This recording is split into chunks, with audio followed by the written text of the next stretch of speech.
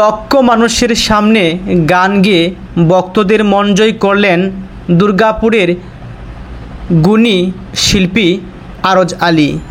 সেই চিরচেনা রূপে এক হাতে একতারা, আরেক হাতে কঞ্জনি, পুরনো সেই অঙ্গভঙ্গিতেই দাঁড়িয়েছিল লক্ষ মানুষের সামনে শ্রুতিমধুর একটি কণ্ঠ, যে কণ্ঠ লাখো মানুষের মন জয় করেছে নেত্রকোনা জেলার সুসং দুর্গাপুর উপজেলার বাউল শিল্পী আরজ আলী। ময়মনসিংহের কৃতি সন্তান রাকিবের হাত ধরেই বড় মঞ্চে তার পদার্পণ। সত্যিই জীবনের ৬৩টি বসন্ত পেরিয়ে গেলেও ৬৬টি বসন্তে এমন একটি দিন তিনি নিজের চোখকে উপলব্ধি করতে পারবেন কখনোই কল্পনাই করেনি। অবহেলিত এই শিল্পী দুর্গাপুরের, সেটা অনেকেই জানলেও তেমনভাবে ভাইরাল হয়নি এর পূর্বে।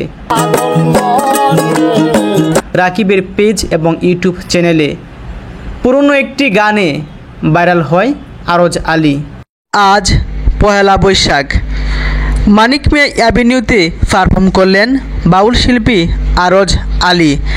এর পূর্বে প্রতিদিন নেত্রকোনা জেলার সুসং দুর্গাপুর উপজেলার প্রাকৃতিক সৌন্দর্য লীলাভূমি সাদামাটির পাহাড়ে, বিজয়পুরের পাহাড়ে, নীল লেকে তিনি শ্রুতিমধুর কণ্ঠ দিয়ে গান শোনাতেন।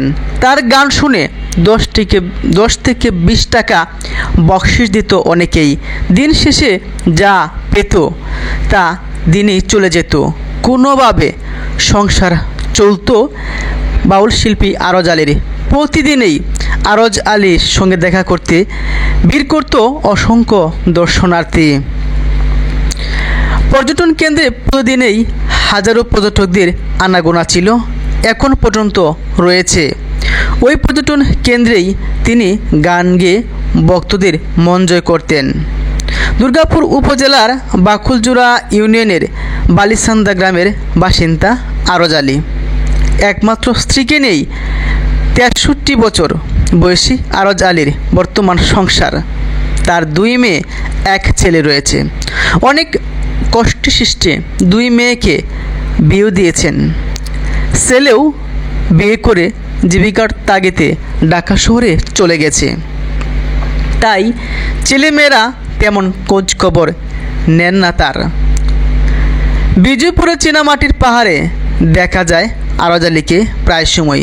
এবার বড় মঞ্চে পারফর্ম করলেন